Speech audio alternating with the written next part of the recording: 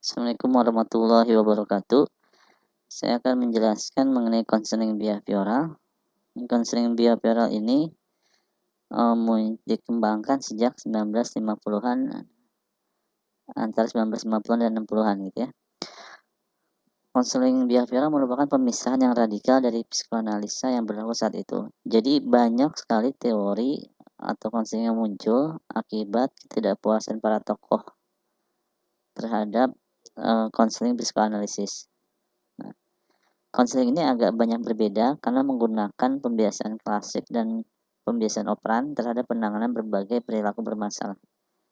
Nanti kita akan jelaskan secara lebih detail. Konseling behavior saat ini dapat dipahami dengan memperhatikan 4 bidang pokok perkembangan. Pertama, classical conditioning, operant conditioning, social learning theory, dan cognitive behavior counseling. Oke, untuk classical conditioning, ini tokohnya Ivan Pavlov. Jadi conditioning klasikal itu suatu jenis belajar di mana stimulus netral dikemukakan secara berulang dengan stimulus yang dapat menimbulkan respon tertentu secara naluriah, sehingga stimulus netral tersebut akhirnya menimbulkan respon yang diharapkan, responden conditioning. Oke, kita cek di gambar. Di sini awalnya before conditioning. Ini Ivan Pavlov ini menggunakan anjing dalam uji cobanya. Ini ada makanan anjing, responnya keluar air liur ya, sebelum pengkondisian. Kemudian dalam uji coba itu makanan diganti dengan garpu tala dibunyikan, ternyata anjing ini tidak mengeluarkan air liur gitu ya. Nah, kemudian selama percobaan, ketika makanan itu dibunyikan dahulu garpu talanya. Respon yang muncul adalah keluarnya air liur. Nah, setelah berkali-kali setiap dikasih makan selalu dibunyikan dahulu garpu talanya, pada saat setelah pengkondisian dengan hanya membunyikan garpu tala ini, ternyata anjing itu sudah mengeluarkan air liur. Jadi respon yang dimunculkan adalah air liur ini ya, keluar air liur, karena dianggapnya karena sudah dibiasakan kalau setiap ada bunyi garpu tala ini maka akan ada makanan gitu. Itu yang namanya dengan classical conditioning gitu ya. Jadi yang tadi stimulus netral jadi muncul perilaku atau respon yang diharapkan. Oke, untuk operant conditioning ini tokohnya B.F. Skinner. Kalau ini jenis belajar di mana perilaku semata-mata dipengaruhi oleh akibat yang menyertainya. Nah, kalau ini lebih kepada orang itu belajar karena ada akibat dari perilakunya gitu ya. Misalnya kayak gambar yang pertama nih, antecedents, behavior sama konsekuensi ini ya. Nah, ini kan berbagai stimulus nih. Ini perilaku anjingnya. Nanti berbeda stimulus pasti berbeda perilaku. Misalnya kalau dikasih makanan maka keluar misalnya air liur. Sebabnya misalnya ada suara berisik, ambulan, suara keras, mungkin responnya lari gitu ya.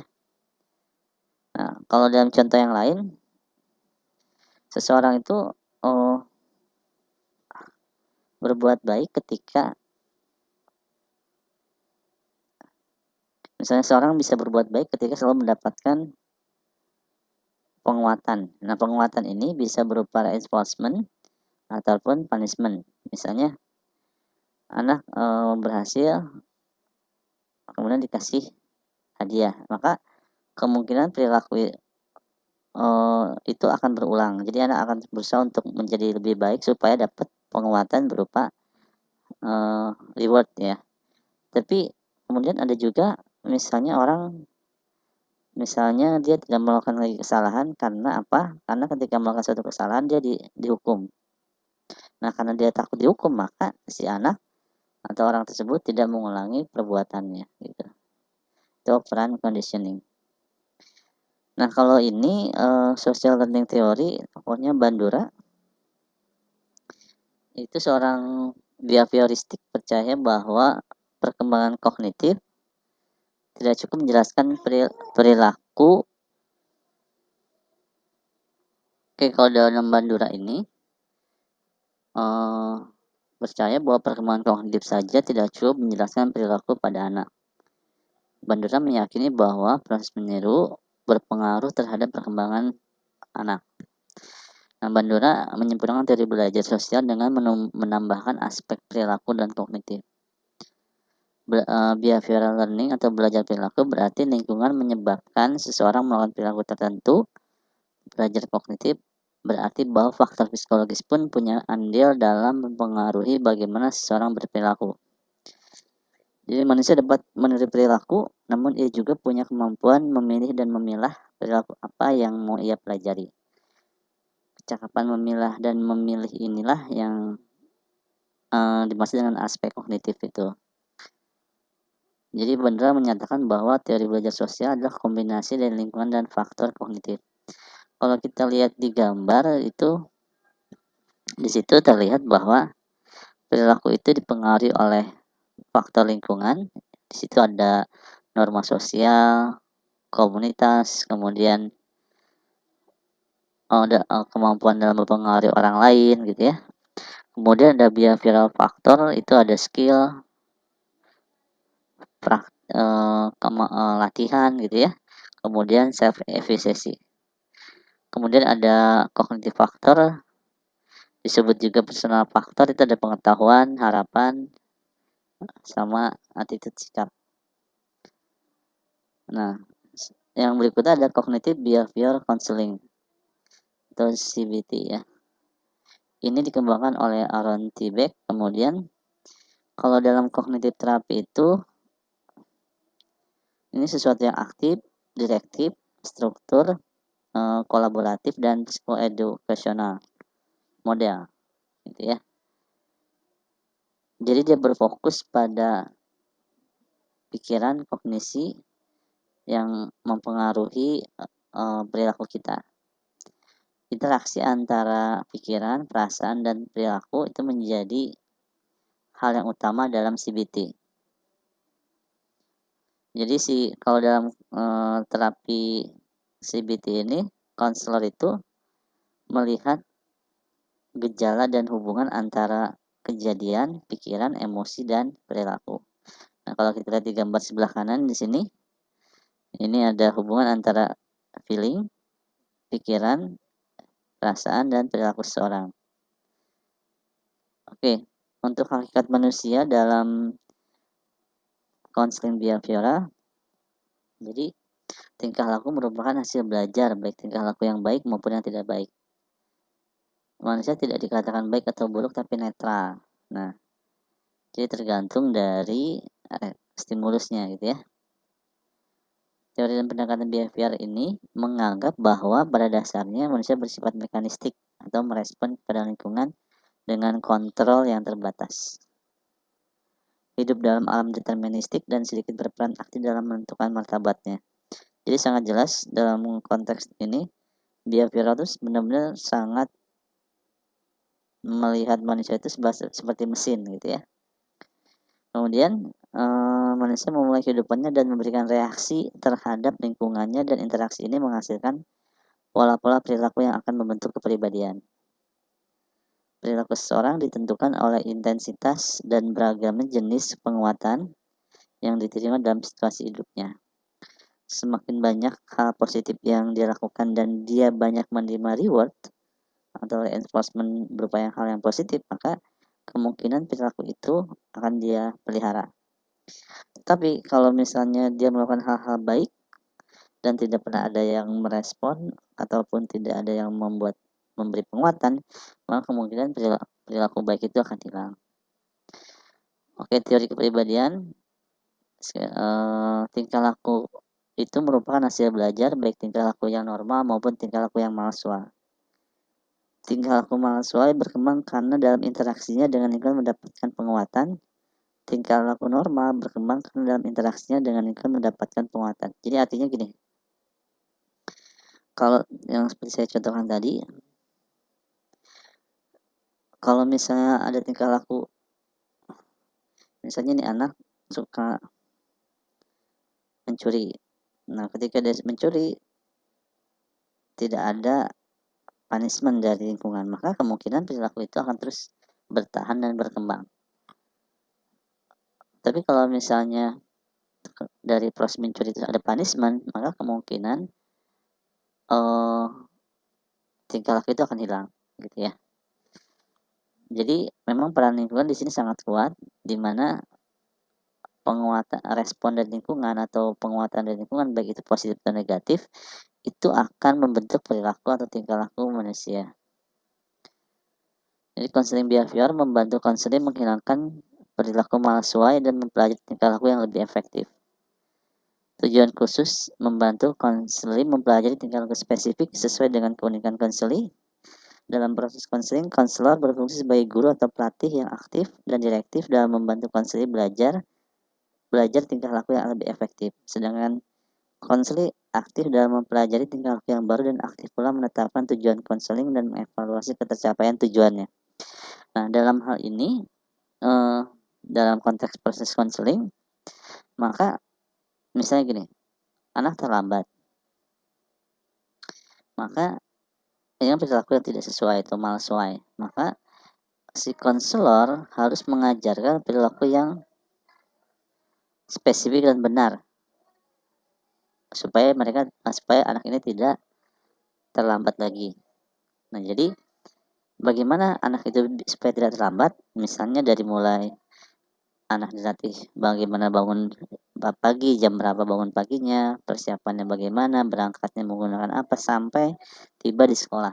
Nah, itu bentuk dari keaktifan konselor dan bagaimana konselor itu mengarahkan gitu ya, supaya dia bisa berlaku efektif sehingga dia tidak terlambat lagi. Oke, dalam tahapan konseling ada pembinaan.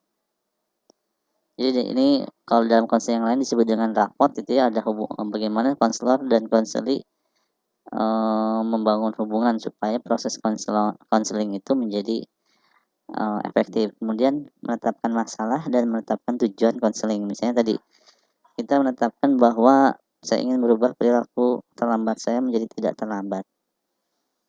Nah, setelah itu ada pemilihan teknik konseling, kemudian ada penilaian keberhasilan dan pengakhiran.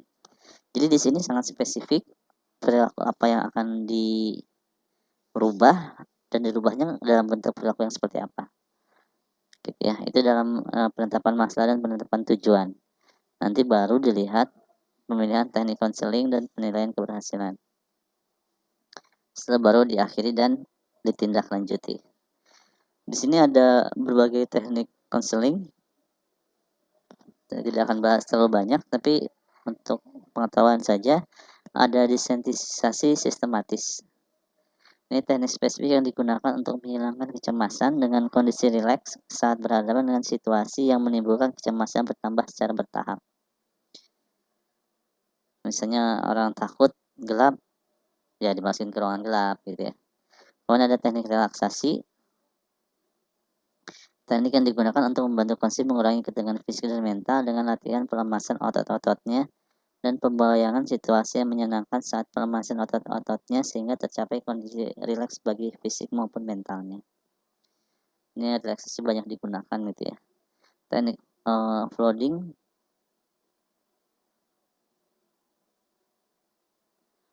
Oke, tadi yang contoh yang disintesis sistematis harusnya jadi contoh yang teknik flooding, yaitu teknik yang digunakan konselor untuk membantu konseling mengatasi kecemasan dan ketakutan terhadap sesuatu hal dengan cara menghadapkan konseling tersebut dengan situasi atau objek yang menimbulkan kecemasan tersebut secara berulang-ulang sehingga berkurang kecemasannya terhadap suatu situasi atau objek tertentu tersebut.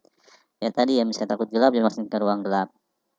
Ada reinforcement teknik, ini teknik yang sudah banyak digunakan untuk membantu meningkatkan perilaku yang dikendaki dengan cara memberikan penguatan terhadap perilaku tersebut. Nah, penguatan itu bisa positif, bisa negatif. Modeling ini teknik untuk memfasilitasi perubahan tingkah laku konseli dengan menggunakan model. Kemudian ada assertive training,